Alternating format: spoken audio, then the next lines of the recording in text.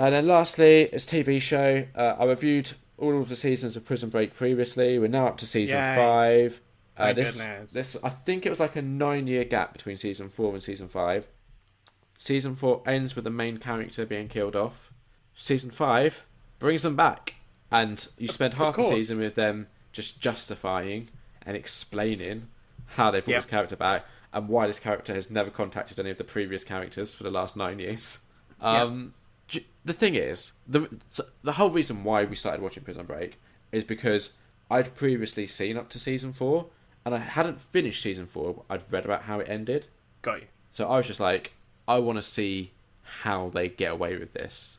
Yeah. They just about get away with it. Yeah? I found the season somewhat entertaining. Okay.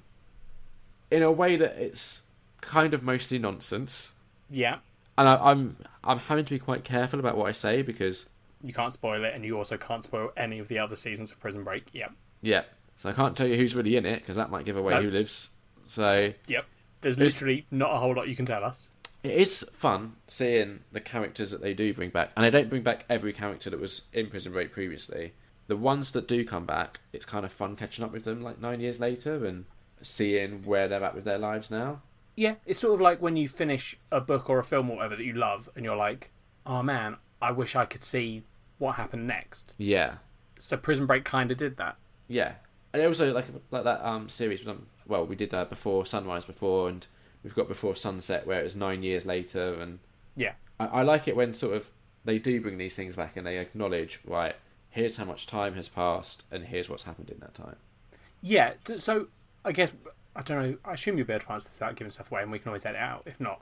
Like, does it feel like, because my worry with something like that, where there's like a 9-year gap, yeah, and especially if they're bringing back a character that's presumed dead. Yeah. Does it feel like... Because I feel like they'd focus too much on the... Well, here's why he hasn't done anything for 9 years, blah, blah, blah. So you get all that. But then I feel like there's the chance then that they'll just skip over everyone else and make it almost feel like everyone else had this crazy life and then 9 years where shit all happened and then he came back and it all went crazy again. Does it do that?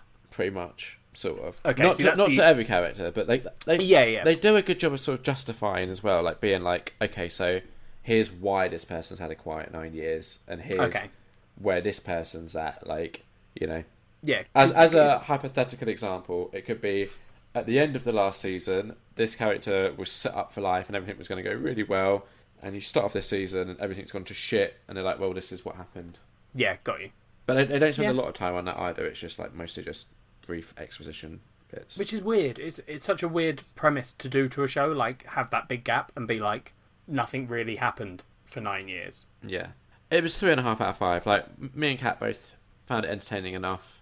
Definitely not the weakest season, and if they want to carry on and do more, I'd watch it. But also, like, there is always going to be this element when they bring something back after such a long break that you're going to be like, cash grab. Yeah, 100%. Like, the only reason I've done it is to make money. Yeah. Yeah.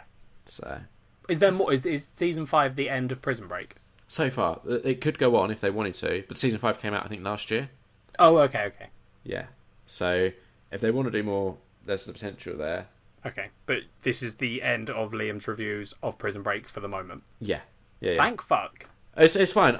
Me and Kat have just watched. We're currently watching the 3rd season of Fear the Walking Dead. So what I'm thinking of doing is getting to the end of season 4 and just grouping it all together and doing one review of Fear the Walking Dead season 1 to 4. Yeah, that's fine. Yeah. I'm also thinking of doing the same with Brooklyn Nine-Nine. Yeah, that's cool. Because we're nearly finished season 4 of that as well. I think I'm up to date with Brooklyn Nine-Nine. We're nearly there. Yeah. So I might just do a couple of big group ones coming up. There you go. Until we get back on top of the YouTubes and we can do exclusive ones, and it doesn't really matter how much shit I watch. Exactly. Because most episodes, I probably have like 7 or 8 things to do in this part of the show. If only we were up to date with YouTube.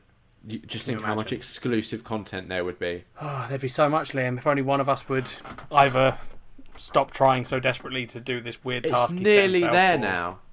In a way that we're like we're over halfway. That's not nearly there. Imagine running a marathon, getting to the middle, and then being like, "You're so close." I'm near practically walking distance. I'm nearer to the end than I am to the start. Okay, well, hurry up.